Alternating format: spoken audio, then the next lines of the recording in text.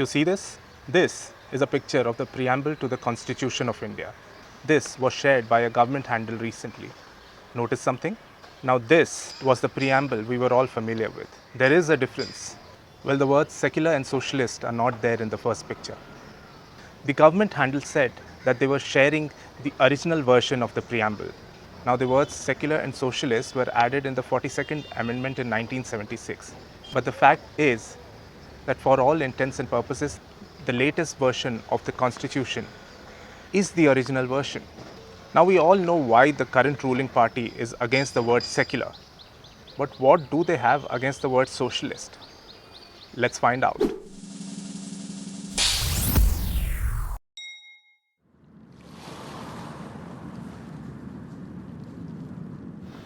I can bet that around 80% of the people on social media today don't know what socialist actually means. Among those who know, many do not understand the implication of it as far as the Indian Constitution is concerned. So here goes nothing.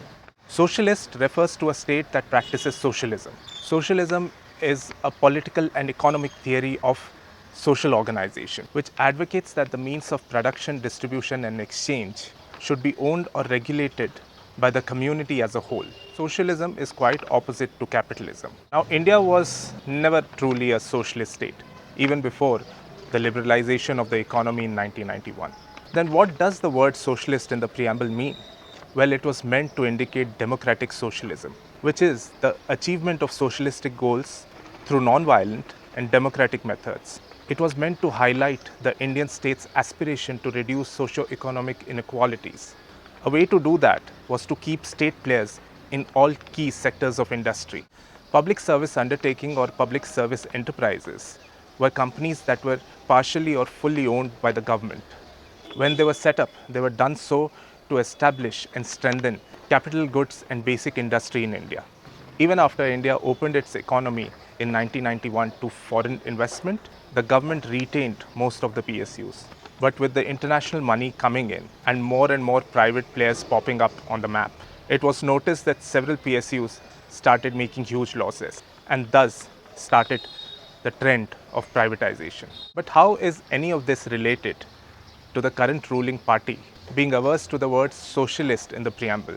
The Modi government has raised upwards of 4.07 lakh crore rupees through disinvestment of PSUs since the financial year 2015 and 16.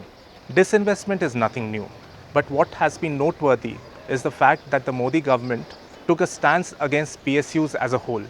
In a webinar in 2021, Modi ji said the government has no business to be in business. He expressed plans to privatize more PSUs.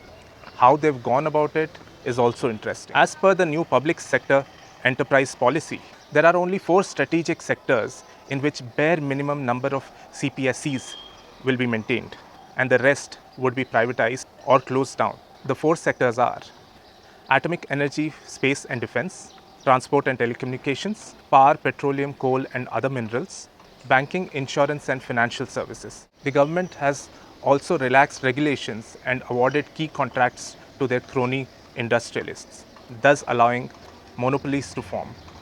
And we have been okay with it because these industrialists have been marketed to us as India's saviors. Even after major accusations of corruption, the government hasn't taken any real action against their friends. The sad part is that I come across thousands of comments on social media of people defending these industrialists. What's worse is that people never believe you when you tell them that industrial monopoly will harm the general public. PSUs work to serve the people instead of making profits. PSUs hire more people than a private company would. They pay decent wages. They provide job security. They also have reservations to give representation to the oppressed castes. And guess what? They also regulate the price of the goods in the market, thus ensuring that the goods are always within the means of the public.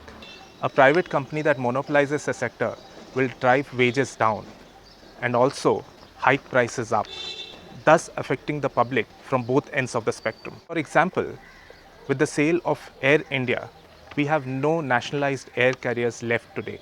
If today all airlines come together and decide to charge people 5 times the ticket prices for all sectors, who will stop them? Earlier, Air India's cabin crew had job security even when they got older. But now, while it's too soon to tell how Tata Group handles things, chances are that that trend will change. I know you're going to ask me, if privatization is so bad, why is the government doing it?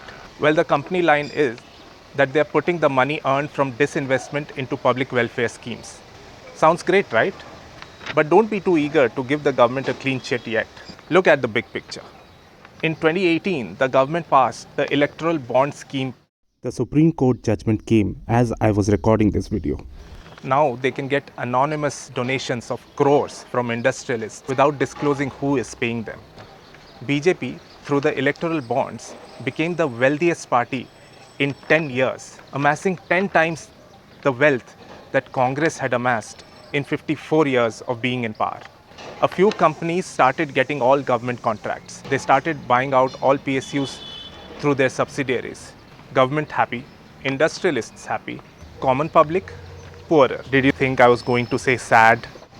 Nobody cares about the happiness of the poor. Hence, the ruling party wants to remove the word socialist from the preamble because they want India to be capitalist, whereas select few are allowed to hold all the money and in return keep BJP in power by bankrolling their election campaigns.